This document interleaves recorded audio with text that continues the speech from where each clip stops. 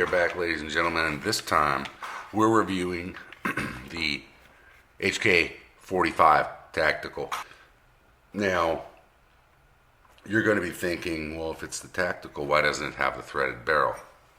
Okay, here it is. However, I live in the great state of California, and having that barrel installed in this pistol is illegal, so we do not have it in the gun. Okay, it's available for use in the free world, but we can't do it here. Now, that being said, I just want to show you all that the pistol is unloaded and clear. We'll drop the slide, release the hammer. We'll set that down. We have a magazine with just a snap cap in it. No other ammunition is present in the magazine or on the bench, right? So let's just dive into it, okay? First impressions. Now, I haven't shot this pistol yet, but my first impressions are it is a big pistol. Now, in relationship to the size of this pistol versus a 1911, as far as front to rear length, it is slightly shorter, around 2/10 of an inch, okay? And that's just off my eyeball. I didn't measure it or anything, but from top to bottom in height, it is relatively substantially taller. It's almost a ½ inch taller than the 1911, and it is quite a bit thicker pistol, okay? But the grip isn't much larger, all right, because it's a what they're calling a semi-staggered 10-round magazine, okay? But like everything HK, this gun is over-engineered, and what I mean by that is it's bigger than it needs to be. It is thicker than it needs to be. Things like the extractor are larger than they need to be, but you know, that kind of feeds into the overall strength of the HK firearms, and they're pretty legendary for it. So it's not a bad thing, especially in the firearms world, to be a little over-engineered. So how does it fit, right? In the hand, it fits very nicely. It's a pretty ergonomic pistol. Everything makes sense as to where it is. Now, I actuate the slide release with my trigger finger, okay, of my firing hand, as well as the mag releases. I'm not going to change that just because the controls are a little bit different, right? But if I were lefty and I felt so compelled to use my thumb, I could do that, and I could, you know, switch out, change my grip a little bit and get that done there too. I don't have big old monkey thumbs like some of you guys. But all in all, it's an ergonomic pistol. It's got the finger grooves here. Some guys love them, some guys hate them. They tend to fit my fingers very well, okay? They may not fit yours. So one guy, it just may not feel good to. The next guy, it just drops right in. So let's go ahead, and what we're gonna do in this review, just like the rest of the reviews, is we're going to walk from the front to the rear of the pistol. We're going to talk about it. The first thing I want to talk about, which is relatively unique with HK's pistols in particular, is that they are fit very well to, and not hand fit, okay? They're not hand fitting these pistols, but the pistol barrel is fit very tightly to the slide, okay? So if we just grab the front end of the barrel and try to move it around, it really doesn't move. Now, you do get typical polymer movement, frame and slide. That's, you know, you're not checking for a match fit there, but the barrel doesn't move, and then you can't push the barrel hood down, okay? If you grab your Glock, you can spring that hood a little bit. Not a big deal, because they all set down the same way when they return to battery. You know, you can move the barrel around in the front of the gun a little bit with a Glock 2. Again, it's not a bad thing. I'm not knocking it. I'm just, this is something that's different to me about this series of pistol. Now, I've never owned an HK45. The only HK in 45 that I've ever shot is the Mark 23. This looks like the P30 had a child, and it was a fucking mongoloid, right? Big old son of a gun. It's a big gun. It sits very high in the hand in respect to the height of the bore axis, but before you get too torqued about that, before you get too spun out about it, right? Just remember, it's your job to maintain the recoil or manage the recoil of the firearm. So you know, it's gonna have a little more rocking motion to it when you're firing, but if you're doing your job, it's gonna pop back to where it was, and you know, you should be able to get relatively quick follow-ups with it. And it's going to probably have, based on just my limited knowledge of engineering and leveraging and things of that nature, it's going to have a rocking recoil as opposed to a straight snapping back into the web of your hand. So I can't wait to shake that out and see if my theory is correct. I think that it is. Okay. So we spoke about the barrel a little bit. It does have front cocking serrations. You know, we talked about in one of the 1911 videos that you know, when a left-handed shooter comes over top a slide to rack it, you cover the ejection port. But that's not the case here because there's a lot of real estate. It's tall and it's a bit longer. So if I grab this, I'm not blocking the ejection port. But because I do so much work with the 1911, my brain still says to work off the front of the gun. So these are a plus, and they're, you know, they're deep, and you know, they're relatively sharp. They're not going to cut you, but they do provide a decent grip. Okay.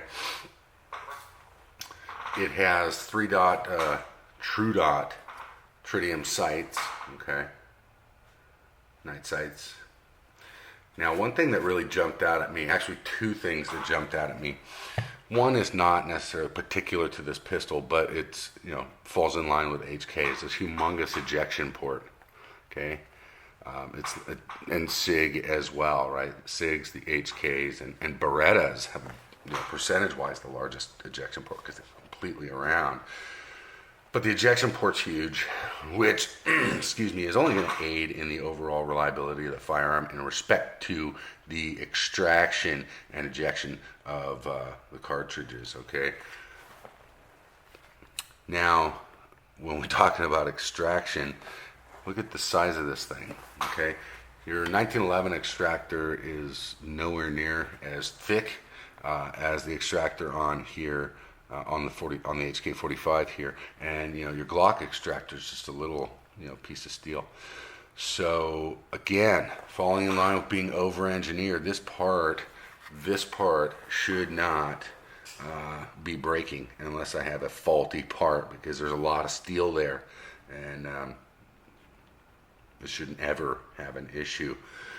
One thing I do like a lot about the gun is that the engineers at HK did think about not just the magazine release being ambidextrous, right, there and there, but the slide release, depending on the job it's doing, right? It's fully ambidextrous gun, and with the light limb, there's no safety levers on the gun because you don't need them, right? It's DA.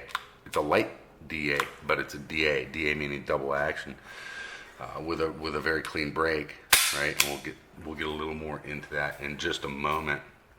I do wish that there was a little more profile to the levers on the slide stops, just because I have not, again, shot it yet with wet or cold or muddy hands or anything, but just in the couple of hours I've had to, you know, fondle with the pistol and do reloads with it and whatnot, running with snap caps, I know that under an adverse situation, I'm not going to have 100% positivity there if I were to hit this with my thumb. So I revert to my trigger finger manipulation of the strong side lever. Okay. As far as the magazine release goes, now we're going to slip the mag in. It does its job. Obviously, it gets rid of it. But on the HK45, and I do believe the P30 is the same. I have not had P30 in my hand, so that's the next thing I want really to get in my hand.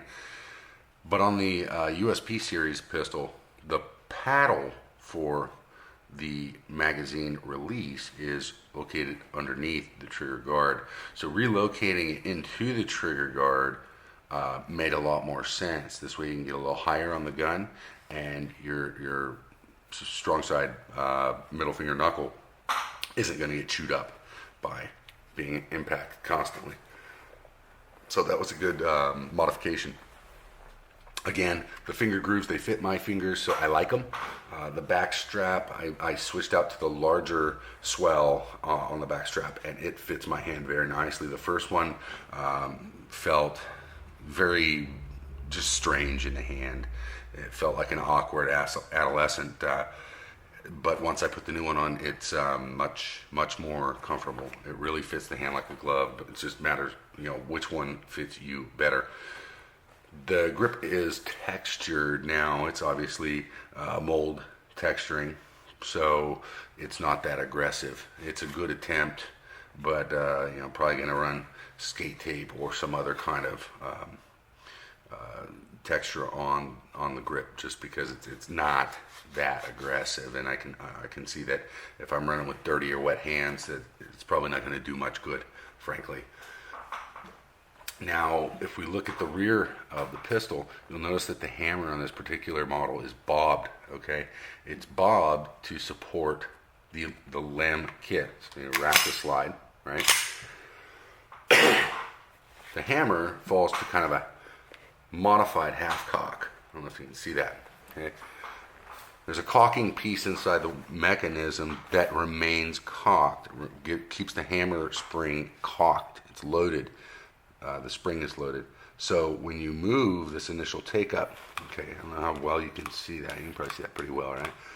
I actually put it on a trigger scale, and this action here takes 1 to 1 1/4 pounds to get the trigger to move the hammer. Okay, so it's not very heavy.